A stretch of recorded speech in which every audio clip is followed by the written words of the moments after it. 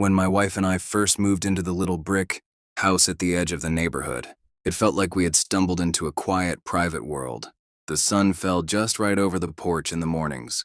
Birds sang from the old maple at the corner of our yard, and the breeze carried a hint of honeysuckle from the neighboring garden. For the first time in years, life felt unhurried, safe, and ours. I remember watching my wife lean against the railing with her coffee in hand, smiling at the way the wind lifted her hair and thinking, finally, no one can tell us what to do with our own house. We had deliberately chosen this property because it skirted the HOA boundaries, a detail that felt like a secret weapon against meddlesome neighbors. We painted the fence the color we liked, hung a vintage mailbox, and let the yard grow naturally wild. That piece, however, was fragile, and I should have seen it coming. One Saturday morning, as the golden sunlight hit the windows, a shadow appeared across our driveway. A woman with perfectly styled hair, heels that clicked ominously against the pavement, and a clipboard clutched like it was armor, marched up the path. She introduced herself with a forced smile. Karen Whitfield, HOA president. I'm here to inspect your property. My wife looked at her over the rim of her mug, eyebrows raised in mild amusement. We're not in your HOA, she said evenly, the calmness in her voice slicing through Karen's theatrical entrance. Karen froze for a split second, like my wife had thrown a bucket of ice water on her meticulously planned morning. Karen's face twisted, a mixture of disbelief and outrage. Everything here falls under our jurisdiction, she insisted, waving her clipboard as if it were a scepter of authority. She pointed to the mailbox, the fence, the paint, as though each infraction justified a criminal charge. My wife folded her arms and met her gaze, refusing to flinch. I'm sorry, she said, voice steady, but this property isn't under your HOA. You can't enforce your rules here. Karen's lips tightened into a line, her fingers trembling on the clipboard, and I could see the fury simmering beneath the surface. By Monday, our mailbox had a letter stuffed inside. Official looking, stamped with bold red letters, threatening fines for non-compliance with HOA standards. The fines escalated with each passing day. $250 for mailbox color, $500 for landscaping, $750 for unauthorized exterior modifications. At first, I laughed, thinking it was absurd, just the tantrum of a woman who thought the neighborhood belonged to her. But my wife didn't laugh. She sat at the kitchen table, studying each letter like it contained a riddle she had to solve. Her jaw tightened, and her hands shook slightly, though she refused to show fear. They're trying to scare us, she said quietly. And they've chosen the wrong people to threaten. By the end of that week, I noticed subtle signs that the harassment was creeping into every corner of our lives. Cars slowed in front of our house, their drivers peering at the windows. Neighbors whispered as they passed the fence. One man from down the street gave me a half smile, a shake of the head, and murmured, "Nobody stands up to Karen Whitfield. She'll bury you in rules and fines before you even realize what's happening." My stomach sank. Maybe he was right. Maybe we had unknowingly entered a war. Late that night, I lay awake on the couch, listening to the faint hum of the streetlights and the rustle of the trees. My wife was in the next room, papers spread across the dining table. Silently plotting, I imagined her defense. I kept thinking about the words she had said that morning, words that should have been enough to deter a meddling HOA. We are not in your jurisdiction. Yet Karen's audacity had proven that words alone wouldn't suffice. Something else was brewing, something calculated, relentless, and terrifying. Weeks passed, and the harassment escalated in ways that felt almost personal. The letters kept coming, each one bolder than the last. Fines piled up like a mountain. $500, $750, $200, each stamped in glaring red ink. Failure to comply may result in lien placement, one read. And my stomach sank at the thought of legal entanglement. My wife tore them up in frustration, her hands trembling slightly as she crumpled the paper into tight balls. Yet her eyes burned with a quiet, unshakable resolve. They think they can scare us, she whispered, her voice low and steady. But they haven't even begun to understand who they're dealing with. I tried to reassure her, but inside I felt that creeping anxiety. The sense that the walls were closing in, and the world outside, our fence, had turned hostile. Petty attacks followed, each more invasive than the last. Our trash cans were overturned regularly. Paint mysteriously splashed across our driveway, and strange tire marks appeared in the grass like silent warnings.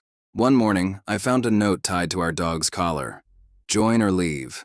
My heart pounded as I read it, a mix of fear and fury coursing through me. I sat on the porch that evening, gripping a baseball bat, eyes scanning the shadows cast by the street lamps. The neighborhood had gone silent in a way that felt unnatural, like everyone was holding their breath. I knew the message wasn't just for us. It was a show of power, an attempt to break our nerves before we could respond.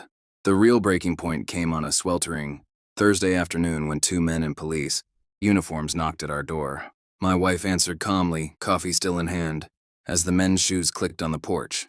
"Ma'am, we've had reports of noncompliance with HOA ordinances," one said, his voice flat and professional. I stepped behind her, confusion and anger mixing into a tight knot in my chest. My wife's eyes narrowed, and she said the words that stopped me cold. "I'm not in your HOA." The men exchanged uneasy glances, shifting their weight. Their badges looked cheap. Their belts lacked the weight and authority of real officers. My stomach dropped. The realization hit like ice. Karen had sent imposters to intimidate us. When the men left, my wife slammed the door with a controlled force, her eyes dark with fury. "Karen sent them," she said, almost to herself. That night, she spread a stack of documents across the dining table. Property deeds, survey maps, HOA bylaws from decades past. She traced a finger over a highlighted line that made my head spin. "Do you see this? She doesn't realize we own a strip of land the HOA depends on. Without it, their authority crumbles." The thought that our quiet haven was secretly a power source in a larger battle filled me with awe.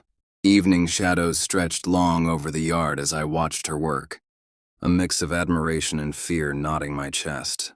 Each page she turned was a calculated move, a step toward dismantling the authority that had been terrorizing us. I began to see the storm not just as a threat, but as an opportunity. Karen had underestimated us, assumed fear would make us bend, never realizing we had weapons she couldn't see. And for the first time in weeks, I felt a flicker of hope, a sense that the tide might finally turn. We didn't confront Karen immediately. My wife moved with patience, letting the harassment build tension, while she quietly laid the groundwork for what would become our counterstrike. She drafted letters, organized deeds, and mapped every inch of the land that the HOA had been abusing. Each document she prepared was a silent challenge, a quiet declaration that the rules they thought applied to us were built on a foundation that didn't even exist. I watched her work late into the night, candlelight flickering over her face, realizing that for once, fear was not her weapon, strategy was. She looked up at me once and smiled faintly, a mix of mischief and cold certainty that made my chest tighten. The day she sent the letters, the neighborhood erupted. Every homeowner received the same message. Your HOA exists on land you do not own. Enforcement on our property is illegal. Phones rang off the hook. Whispers turned to heated debates. And for the first time, Karen looked small, almost human, trapped in a panic she had never anticipated. People we barely knew approached our porch, some furious, some shaken, all demanding answers. My wife stayed calm, letting the tension simmer while the truth spread like wildfire. I could feel the power shift in real time, the invisible weight of authority sliding off our shoulders and onto Karen's. Karen predictably tried one last desperate gambit. She called an emergency HOA meeting at the community center, forcing the room into an electric tension thick enough to choke on. She slammed a folder of threats and fines onto the table, her face flushed with anger. "These outsiders think they own us," she shouted. "They are attempting to destroy our community with lies." My wife, standing tall, placed her own folder in front of Karen. "This HOA has been operating illegally," she said evenly. "The land you claim authority over belongs to me. And without it, your bylaws have no legal standing." The room went silent, the air heavy with shock. Neighbors flipped through pages, murmuring in disbelief as they realized that the foundation of their fines, inspections, and threats was built on a lie. One elderly man stood abruptly, pointing at Karen. "You mean to tell us we've been paying fees and obeying rules that you had no right to enforce?" Karen's face paled, lips quivering, no words coming. My wife leaned slightly closer, her voice quiet but deadly clear. "Next time you think you can send fake cops or intimidate us, Remember, you're trespassing on my land. Chaos erupted. Homeowners shouted, papers slammed, and the air buzzed with the thrill of justice and the sting of betrayal. Karen tried to regain control, raising her voice, attempting to sway the room. But her authority crumbled, with each whispered confirmation of our claims. Some neighbors even began demanding refunds for fines already paid, while others threatened legal action against her personally. My wife simply observed, letting every reaction fall into place like pieces of a puzzle only she could see. As night fell over the neighborhood, Karen's office sat empty, the silence punctuated only by the distant hum of streetlights. Yet even in this small victory, the sense of unease lingered. Rumors of backroom deals, secret meetings, and desperate attempts to reclaim power spread through the streets. I lay awake, listening to the stillness outside our fence, knowing that while Karen had been humbled, the war might only be beginning. The thought sent a shiver down my spine. Control had shifted. Yes, but the fight for our quiet life was far from over.